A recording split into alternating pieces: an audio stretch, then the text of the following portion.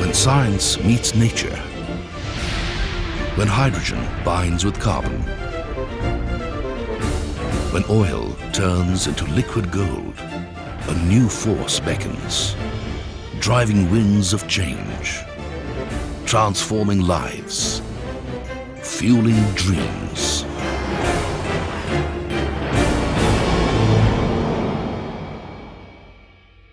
Oil is of vast importance in the world today, and a country that does not have its own oil is in a weak position.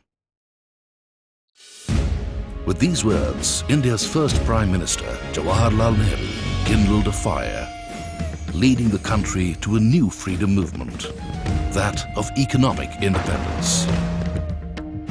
It was the India of the 1950s, when the complex oil industry was fraught with roadblocks and entry barriers that included capital, technology, and skilled people to manage infrastructure.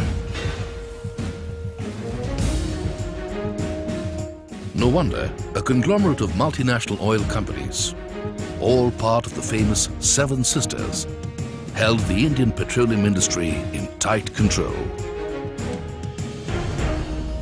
But now, spurred by national fervor, a nascent Indian company was preparing to take on the giants. The beginning was modest. The Indian Oil Company began operations in a two-room tenement at Botawala Chambers in Bombay on the 30th of June 1959. The company's initial task was to market petroleum products that it would import, as it had no access to refineries. But it plunged headlong towards a greater goal, that of self-sufficiency. In less than a year, the Indian Oil Company had negotiated with the Soviet Union for the import of petroleum products to meet the country's deficit. And on the 17th of August 1960, the Russian tanker MV Uzhgorod docked at the Pir Pao jetty in Bombay, marking the commencement of diesel supplies by an Indian company. The Volga had come to meet the Ganges. Faced with competition for the very first time, the multinational giants had no option but to begin slashing diesel prices. It was the beginning of a losing battle to protect their monopoly. Earlier, on 22nd August 1958, Indian Refineries Limited had been set up to establish a strong public sector presence in refining and pipelines. As a result, the first Indian refinery came up at Guwahati in Assam. It was inaugurated by Pandit Jawaharlal Nehru on the 1st of January 1962. In September 1964, Indian Refineries was however dissolved and merged with Indian Oil Company, which was in turn renamed Indian Oil Corporation Limited. An integrated downstream sector was taking shape. More refineries followed. At Barauni in Bihar and at Koyali in Gujarat. The latter was inaugurated by the President of India, Dr. S. Radhakrishnan. Erected at breakneck speed, the first three refineries helped place Indian oil within reach of potential markets and known oil assets. The refineries were buttressed by the building of pipelines, the first of which was the Guwahati-Siliguri pipeline, followed by the Koyali-Ahmedabad and the Barauni-Kanpur pipelines. Soon, a complex underground network of pipelines would spread across the country. Earlier, in 1963, Indian Oil had forged a joint venture with Mobil Petroleum of USA to set up lube blending plants and market Mobil lubricants in India. But with indigenization as its goal, Indian Oil set up an R&D center at Faridabad in 1972. It made an early breakthrough with the launch of its own world-class lubricant Servo, marking the end of its alignment with Mobil and the beginning of a new phase of growth. investment in infrastructure continued unabated. A network of port and inland depots and terminals was built, linking different parts of the country. Uninterrupted supply to retail outlets, kerosene and LPG distributorships, aviation fuel stations. Indian Oil was moving fast, foreseeing needs, anticipating demand. It seemed there was no stopping a company driven by a national mission.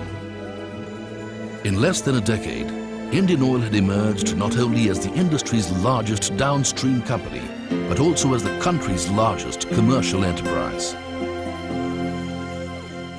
Stunned by the inexorable growth of Indian Oil, the once invincible oil giants decided to withdraw from India, from a market they had dominated for many years.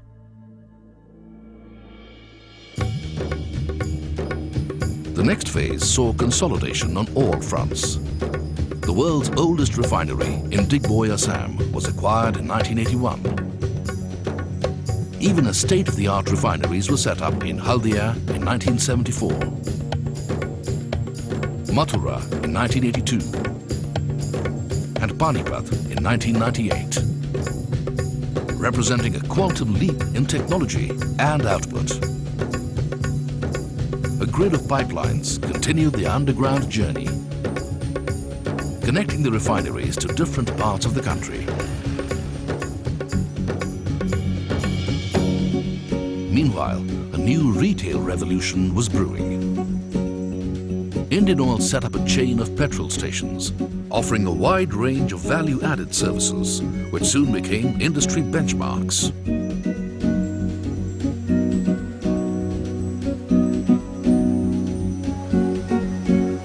To keep pace with the changing rural landscape, Indian Oil also pioneered Kisan Seva Kendras that catered to the farmer's need for agricultural supplies, besides his need for fuel.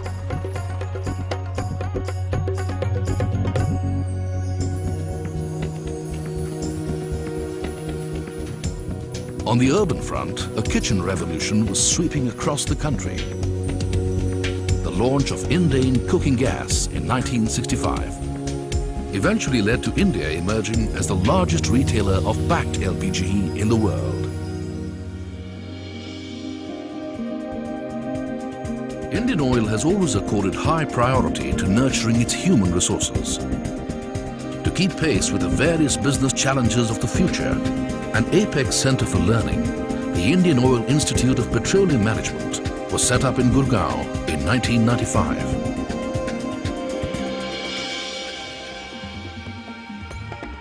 The new millennium brought with it exponential growth through acquisitions,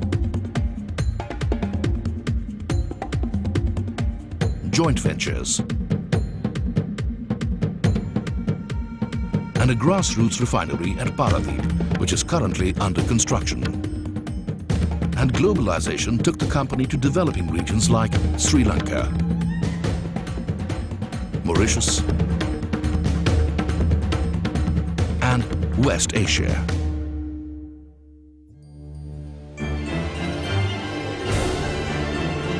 From a fledgling company in 1959, Indian Oil today meets half the nation's petroleum needs.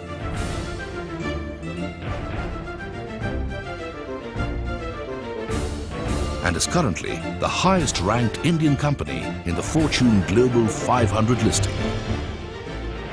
With 35,000 customer touchpoints, over 10,000 kilometers of pipeline crisscrossing the land, and 10 of the country's 20 refineries, Indian Oil has come a long way, touching and transforming lives of 1 billion Indians.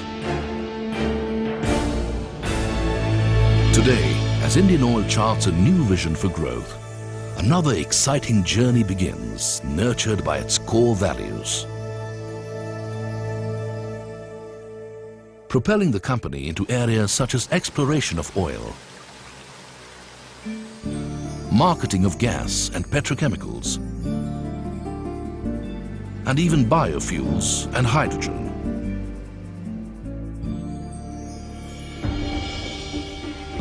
From earthquakes to tsunamis, from floods to famines. And during war and peace, only one company has been a reliable partner: Indian Oil. Because somewhere, a child is waiting to go to school. Somewhere, a soldier is being transported to safety. Somewhere, a mother has to cook the evening meal. And somewhere, a man has to get home from work. Because at Indian Oil, we believe our business is not just about oil. Our business is about people.